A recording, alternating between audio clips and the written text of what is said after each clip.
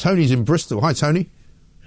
Oh, hi, Mike. How you doing? Yeah, I'm always fascinated to hear people talking about Ian Fleming, because about 12 years ago, met this lovely lady called Greta up in Rosecroft Avenue in Hampstead, who had been, well, she spent most of her life married to a guy who knew Ian Fleming very well, and she knew him too. Right. And so I'm quite interested to hear when people talk about Fleming. I think you get a different picture when you actually know people that knew him well, because after the war, he was in naval intelligence during the war, as many people know. Right. But he actually hit the bottle, and he was in a bad way in the late 1940s, early 50s. And he met a chap, because he basically had done lots of secret stuff in the war that he wasn't, some of it he didn't like. This is all to do with double agents and things like that. Yes. And he couldn't write about it because the Official Secrets Act. He couldn't get it out of his system. And another spy during the war, a deception planner, who we'd now call a psychological warfare officer probably, Dennis Wheatley, he knew because he was working with him during the war in Whitehall. And Wheatley had been a novelist before the war. He said to Fleming, why don't you write it as a novel? Get it out of your system. Right.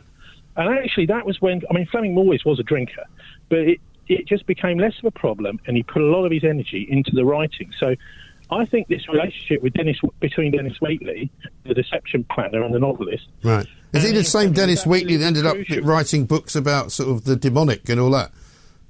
Well, look... Was that a different one? Yeah, but he knew people like Crowley. He'd taken him to dinner and things like that to get information out of him to write about this stuff. But the fact is that, Wheatley explained to Fleming, look, don't let this stuff get to you. What you need to do is just write a novel, and they can't touch you. Yeah. The Official Secrets people can't touch you. And that's how the whole Bond saga began. Right. And Fleming was actually based down in Hayling Island and Chichester, because they were training the commandos down there, the Royal So how did you know this Greta woman, then? I just got to meet her through a mutual friend who's down in Hayling Island. A lot of this stuff is centred around Chichester and Hayling Island during the war. Now, the only reason I say it is because you might not believe this, but it's true. I also knew somebody called Greta who lived in Rosecroft Avenue, because that's where I lived. Really? Yeah. Wow.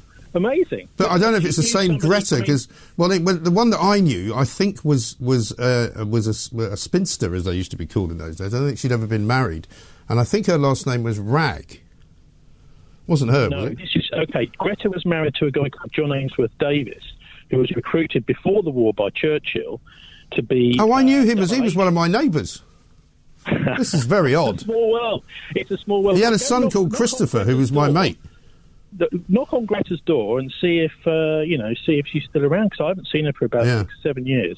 But her stories, it was just lovely listening to her. Now, this is the real Fleming, and that's how he started to get onto writing all those amazing Bond novels, was because he'd seen so much going on in the war he wasn't allowed to talk about. Interesting. Well, there we are. Small world. Tony, thank you very much indeed. Tony in Bristol there.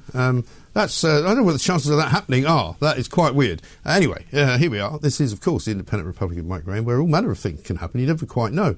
We'll take more of your calls coming up. On the app, on your smart speaker, Talk Radio and Talk TV. Tuesday's Euro Millions jackpot could make your dreams come true. But